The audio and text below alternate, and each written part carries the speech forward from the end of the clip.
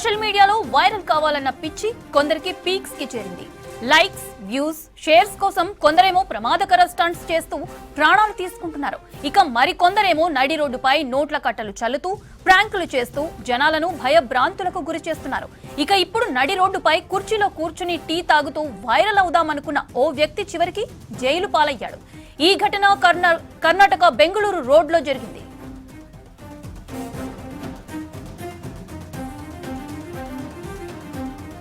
నడి రోడ్డుపై కుర్చీలో కూర్చుని టీ తాగుతూ వాహనాల రాకపోకలకు అంతరాయం కలిగించాడు. దీనికి సంబంధించిన వీడియోను ఇన్స్టాగ్రామ్ లో పెట్టగా పోలీసుల కంటపడడంతో అతన్ని ట్రాక్ చేసి అరెస్ట్ చేశారు. దీనికి సంబంధించిన వీడియోను సైతం బెంగళూరు పోలీసులు ట్విట్టర్ లో పోస్ట్ చేశారు.